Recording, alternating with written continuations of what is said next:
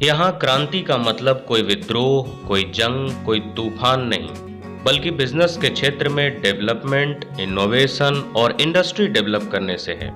कुछ ऐसा ही हुआ ब्रिटेन में 18वीं शताब्दी के मध्य में, जहाँ जरूरतों को पूरा करने के लिए लघु उद्योग थे। छोटे छोटे स्तर पे काम होता था, घर में ही बहुत सारे सामान बना लिए जाते थे।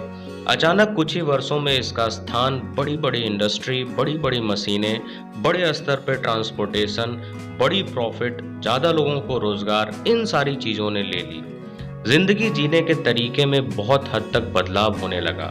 मार्केट में बहुत नए नए प्रोडक्ट्स आने लगे। कंफर्टेबल और लग्जरी लाइफ एंजॉय करने के लिए भी कई तरह की वस्तुएं। यह सब इंडस्ट्रियल रिवॉल्यूशन की बदौलत संभव हो सका। ब्रिटेन में शुरू हुआ सिलसिला फिर रुका नहीं। धीरे धीरे इसकी लहर विश्व भर में फैल गई। इससे सोशल, इकोनॉमिकल और कल्चरल व्यवस्था में काफी बदलाव हुआ। उद्योग में क्रांति की शुरुआत कपड़ा बनाने के लिए मशीनों के उपयोग के साथ हुई। इससे पहले लोग कपड़ा सूत काटकर घर में ही बनाते थे। 19वीं सदी के पहले के 2 दशक यानी कि 20 साल तक धातु से बने औजार का निर्माण शुरू हुआ। इससे दूसरी इंडस्ट्री के लिए भी मशीनें बनने लगी। फिर ऐसा वक्त आया कि हर फैक्ट्री, हर कंपनी में सामान बनाने के लिए अलग अलग तरह की मशीनें लग गई।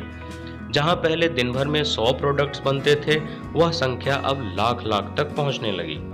नए नए आविष्कारों का दौर चलता ही रहा। रेलवे के जरिए खाद्यान्नों से बंदरगाह तक कोयला ले जाने के लिए भाप इंजन का उपयोग जॉर्ज स्टीफेंसन ने किया। हम्फ्री डेवी ने सेफ्टी लैंप का आविष्कार 1815 ईस्वी में। इंजीनियरों ने नहरों का निर्माण किया तो तरह तरह के नए आविष्कार होने लगे।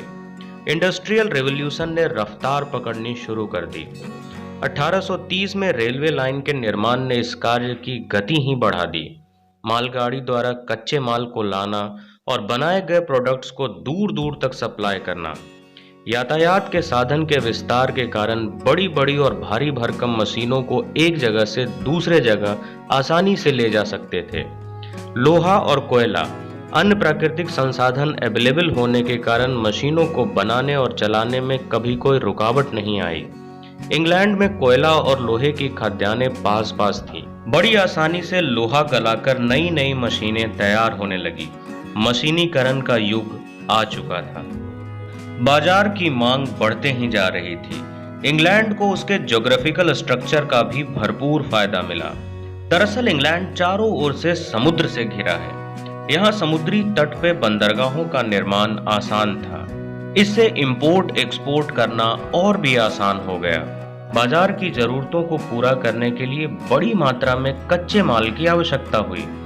केवल अपने देश से इंग्लैंड कच्चे माल की आपूर्ति नहीं कर सकता था, इसलिए पानी के जहाज से अन्य देशों से आयात शुरू हुआ।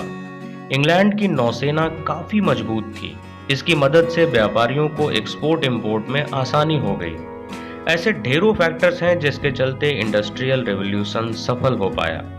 अगर 18वीं सदी, 19वीं सदी और 20वीं सदी इंग्लैंड, अमेरिका और अन्य यूरोपीय देशों की थी, तो यकीनन 21वीं सदी भारत की है। Thank you for watching and visit again.